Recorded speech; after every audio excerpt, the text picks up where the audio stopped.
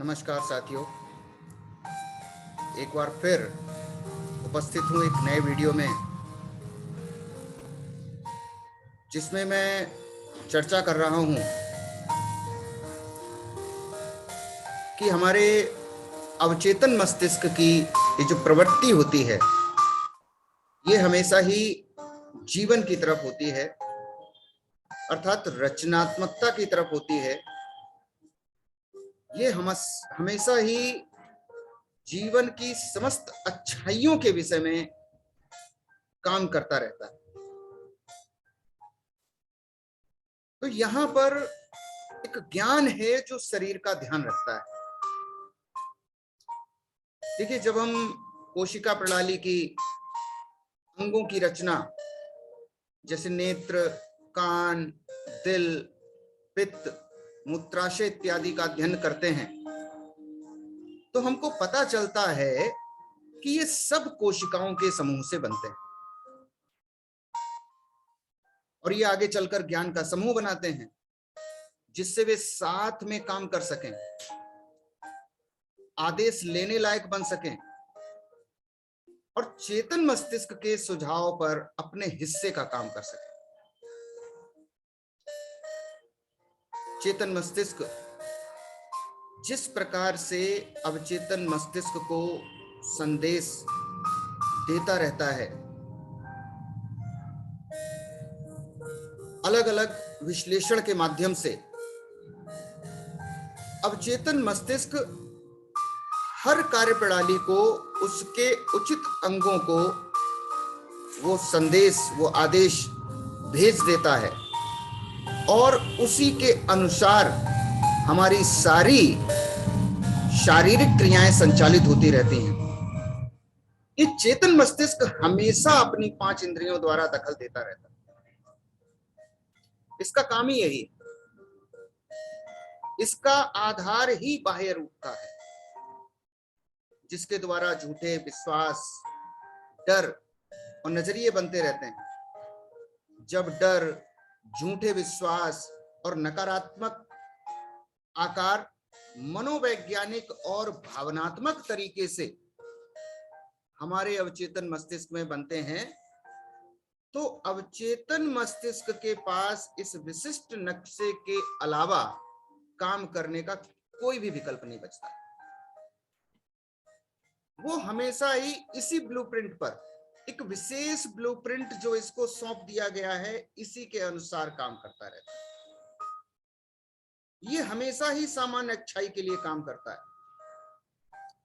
Subconscious mind works continually for the common good. ये हमेशा अच्छाई के लिए ही काम करता है। कभी भी किसी प्रकार की नकारात्मक भावनाएं यहां पर आती ही नहीं है, कभी नहीं आती। ये हमारे अंदर का विषय पर स्वतः ही सबकी अच्छाई के लिए काम करता रहता है, निरंतर काम करता रहता है। इस प्रकार ये सब वस्तुओं के पीछे सामंजस्यता के आंतरिक सिद्धांत को हमेशा प्रतिबिंबित करता रहता है। हमारे अवचेतन मस्तिष्क की अपनी खुद की इच्छा शक्ति है और अपने में एक वास्तविकता भी है। ये दिन रात काम करता है, चाहे हम इस पर काम करें अथवा हम ना करें। इसको तो निरंतरता अपनी बरकरार रखनी है। सोते जागते किसी भी अवस्था में अवचेतन सदैव क्रियाशील रहता है, क्योंकि सब ये शांत प्रक्रिया, अवचेतन की प्रक्रिया जो है वो पूरी तरीके से शांत प्रक्रिया है। हमारे अवचेतन मस्तिष्क का अपना खुद का ही जीवन है और ये अवचेतन मस्तिष्क हमेशा ही सामंजस्यता के बारे में, स्वास्थ्य के बारे में, शांति की ओर निरंतर काम करता रहता है। ये जो चीज है, निरंतर सामंजस्यता के रूप में काम करते रहना, स्वास्थ्य के, अच्छे स्वास्थ्य के लिए काम करते रहना, शांति के लिए काम करते रहना, ये इसके अंदर का एक दिव्य गुण है जो हर समय हमारे द्वारा अपने को दिखाता रहता है। अब देखिए कैसे मनुष्य ने जो है इस आंतरिक सिद्धांत के साथ में, खुशहाली के आंतरिक सिद्धांत के साथ में, सामंजस्यता के आंतरिक सिद्धांत के साथ में छेड़खानी की। किस प्रकार से करता है? सही तरीके और वैज्ञानिक तरीके से सोचने के लिए हमें सच का पता होना चाहिए, और सच जानने के लिए अनंत बुद्धिमत्ता और ये जो हमारा चेतन मस्तिष्क की शक्ति के बीच में जो सामंजस्यता होनी, ये बहुत ही अधिक आवश्यक है। और ये सामंजस्यता हमेशा ही इस चीज को जीवन की तरफ ले जाती है। हर एक विचार अथवा कार्य जिसमें सामंजस्यता नहीं है, जिसमें प्रॉपर कोऑर्डिनेशन नहीं हुआ है, चाहे वो अज्ञानता अथवा डिजाइन के किसी प्रकार के आकार के कारण हो, डिजाइन के कारण हो, उसकी तस्वीर के कारण हो, उसका परिणाम हमेशा ही कलह और सभी प्रकार की कमी की वजह से होगा। If there is no coordination between conscious and subconscious mind, दोनों के बीच में सामंजस्यता होनी बहुत जरूरी है। और वैज्ञानिक तो हमें इस बात को बताते हैं कि हम जो है हर 11वें महीने में एक नया शरीर बनाते रहते हैं। वैज्ञानिकों ने शोध किए हैं और हमको इस बारे में जानकारी दी। इसलिए अगर कहा जाए कि हम वैज्ञानिक दृष्टिकोण से केवल 11 महीने के हैं, तो इसमें किसी प्रकार की कोई बड़ी बात नहीं होगी। यदि हम अपने शरीर में डर, क्रोध, ईर्ष्या और बुरे इरादे वाले विचारों को हमेशा बनाते रहेंगे, तो हम इन कमियों वाला शरीर बनाएंगे। और इस किसी भी काम के लिए हम किसी दूसरे को दोष नहीं दे सकते। किसी दूसरे को दोष इसके लिए नहीं दिया जा सकता है, क्योंकि इसके जिम्मेदार हम खुद हैं। हम जो है, ये हमारा जो पूरा शरीर है, ये हमारे अपने विचारों का कुल योग है। हम नकारात्मक विचारों और कल्पना को भाव न दें, उन पर ध्यान न दें। अंधेरे से छुटकारा पाने के लिए रोशनी चाहिए होती है। ठंड से बचने के लिए जो रास्ता है वो गर्मी है। इसी प्रकार से नकारात्मक विचारों से छुटकारा पाने के लिए उसे सकारात्मक विचार में तुरंत बदल दें। जिस क्षण नकारात्मक विचार आकार ले रहे हों, उसी क्षण, तत्क्षण उसे सकारात्मक भाव में बदल दें। अच्छाई को स्वीकारें, और जैसे ही हम अच्छाई को स्वीकारते हैं, बुराई अपने आप खत्म हो जाती है, अपने आप खत्म हो जाती है। The way to get rid of darkness is with light, यानी अंधेरे से छुटकारा पाने के लिए प्रकाश चाहिए। तो हमें अच्छाई को अगर हम स्वीकारते हैं, तो बुराई जो है खुद ही अपने आप ही स्वतः ही समाप्त हो जाती है। और अक्सर हम देखते रहते हैं कि क्यों, why it's normal to be healthy, vital and strong। स्वस्थ रहना, मजबूत होना, अच्छे विचारों से परिपूर्ण होना, ये स्वाभाविक प्रक्रिया है। और जबकि बीमार रहना, ये बिल्कुल ही अस्वाभाविक प्रक्रिया है, क्योंकि कोई रहना ही नहीं चाहता। कौन बीमार होना चाहता? हमेशा ही हर व्यक्ति सदैव स्वस्थ रहना चाहता है, सदैव ऊर्जा से भरपूर रहना चाहता है, सदैव अपने अंदर अच्छाइयों का समावेश करना चाहता है। कोई भी व्यक्ति कभी भी ये नहीं चाहता कि मेरे अंदर किसी प्रकार की कोई भी बुराई का आगमन हो। उसका अवचेतन मस्तिष्क हमेशा ही इस चीज को दूर भगाने का काम करता है। चेतन तुरंत एक प्रतिक्रिया देता है, तुरंत विश्लेषण करना शुरू कर देता कि किसी प्रकार के नकारात्मक भाव अगर हमारे अंदर आ रहे हैं, तो इससे हमें तो नुकसान होगा ही होगा, साथ ही समाज को भी नुकसान होगा। इसलिए तुरंत अपनी तर्क शक्ति के साथ में इसको मना कर देता है। और देखिए, जब भी एक बच्चा जन्म लेता है तो वो बिल्कुल पूरी तरीके से स्वस्थ जन्म लेता है, अधिकांश तौर पर स्वस्थ जन्म लेता है। उसके सभी अंग जो है वो भली प्रकार से काम कर रहे होते हैं। ये एक स्वाभाविक अवस्था है और हमें स्वस्थ, ऊर्जावान और मजबूत होना ही चाहिए। खुद को ऐसी अवस्था में बनाए रखना हमारी सबसे स्वाभाविक और मजबूत प्रवृत्ति और प्रकृति भी है। ये सबसे ज्यादा शक्तिशाली और हमेशा उपस्थित, लगातार कार्य करते रहने वाला सत्य है, जो हमारे अंदर की स्वाभाविक प्रवृत्ति है। इसलिए जाहिर है कि हमारे सभी विचार और सोच और विश्वास ज्यादा ताकत के साथ में हमारे लिए सदैव अच्छे के लिए काम करते रहते हैं। इसीलिए कहा गया बीमार होना अस्वाभाविक, एबनॉर्मल है। इसका सीधा अर्थ यह है कि हम जीवन के बहाव के विपरीत जा रहे हैं। बीमार होने का मतलब हम जीवन के बहाव के विपरीत जा रहे हैं और हमारी सोच नकारात्मक है। जब सोच नकारात्मक होती है, उसी क्षण, उसी समय बीमारियां बढ़ने लगती हैं। जबकि जीवन का नियम जो है वो वृद्धि का नियम है और संपूर्ण प्रकृति इस चीज का अनुमोदन भी करती है, इस पर अपनी मोहर लगा देती है और इसे वे लगातार अपने वृद्धि द्वारा विकास के नियम को दिखाती रहती है, क्योंकि प्रकृति का नियम जो है वो वृद्धि का नियम है। जहां कहीं भी विकास और अभिव्यक्ति है, वहां पे जरूर जीवन होगा। चारों तरफ नजर उठा के देख लो,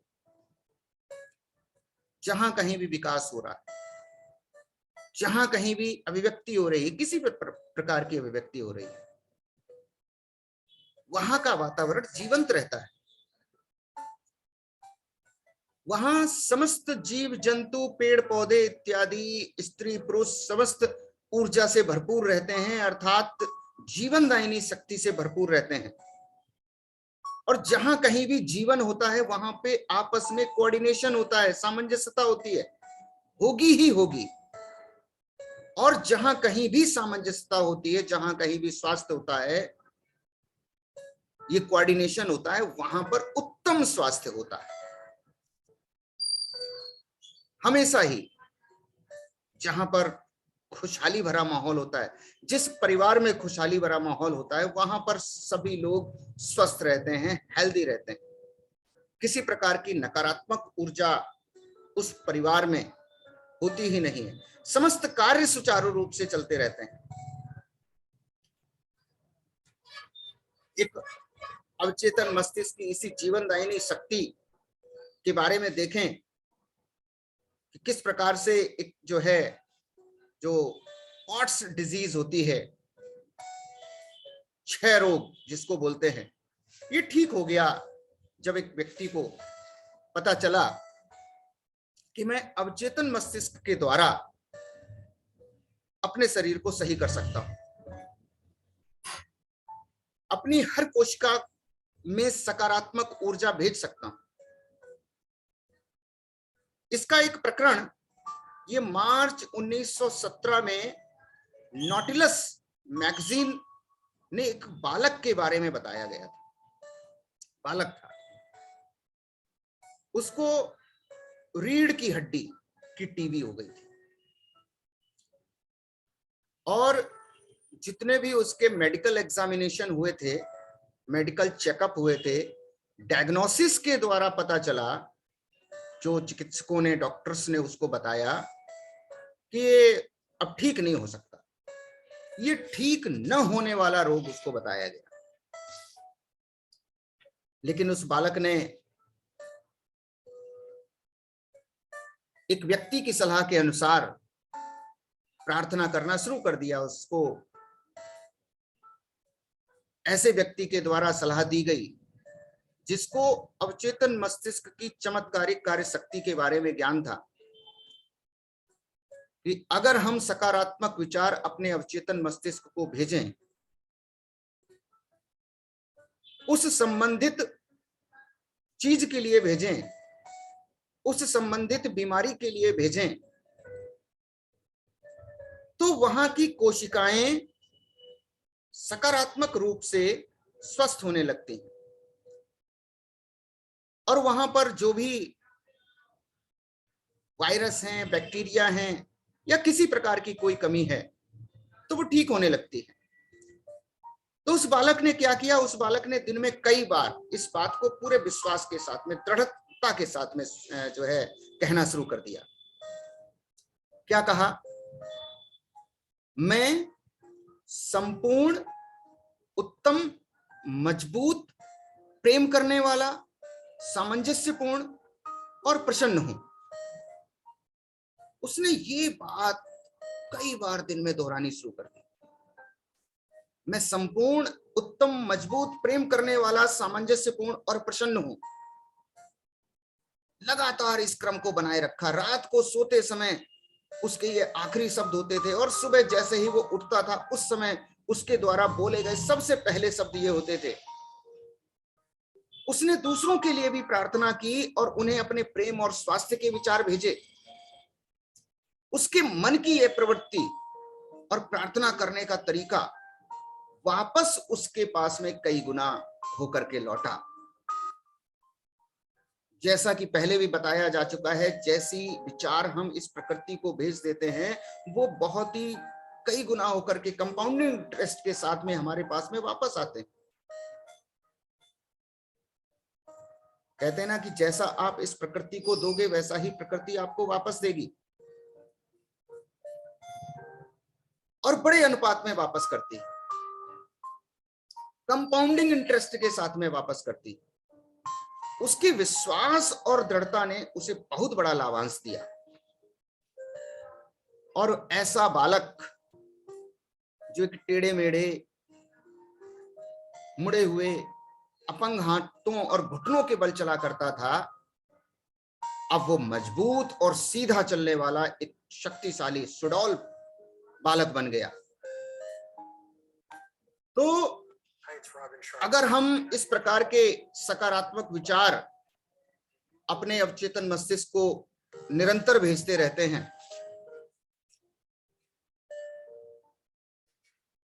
तो हमारी जो संबंधित कोशिकाएं हैं वो सकारात्मक ऊर्जा से भरपूर होकर के अंदर उसका निदान करना शुरू कर देती हैं और धीरे धीरे करके हम स्वस्थ होते चले जाते हैं।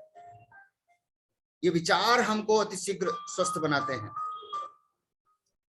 तो हमें इस शक्ति के बारे में समझना होगा, इस शक्ति के बारे में चिंतन करना होगा कि किसी प्रकार की कोई भी ताकत, बाहरी ताकत हम पर किसी प्रकार का कोई प्रभाव नहीं डाल सकती। ये हमारे अपने अंदर की ताकत है, हमारे अपने अवचेतन मस्तिष्क की ताकत है जो हमें हर प्रकार से समृद्ध, खुशहाल बनाती है। तो अपने जीवन को सुखी, समृद्ध और खुशहाल बनाने के लिए इस अवचेतन मस्तिष्क की ताकत को समझें और जिस प्रकार से एक बालक ने, जबकि ये डॉक्टर मर्फी छोटे थे, बालक रूप में थे, तब उन्होंने अपने आप में अफर्म किया, स्वीकार किया। तो इसी प्रकार से हमारे साथ भी और जितने भी इस संसार में दिव्य पुरुष हुए हैं उन सबको इस शक्ति के बारे में पता चल गया था और इसी वजह से वो दिव्य पुरुषों की तरह से आगे बढ़े और अपने नाम को हमेशा हमेशा के लिए पुकारने योग्य बना दिया। हम लोग भी ऐसा कर सकते हैं बशर्ते कि हम इस प्रकार के अभ्यास क्रियाएं करें, अपनी भाषा में अपने लिए सकारात्मक विचार बनाएं, वाक्य बनाएं और उनको निरंतर दोहराते रहें, ये क्रियाएं निरंतर करते रहें। मैं आपसे निरंतर इस विषय पर आगे बात करता रहूंगा।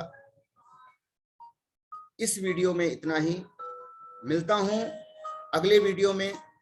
तब तक के लिए प्लीज इस चैनल को सब्सक्राइब कीजिए, वीडियोस को लाइक कीजिए, अपने इष्ट मित्रों को शेयर कीजिए। Thank you very much. नमस्ते भारत।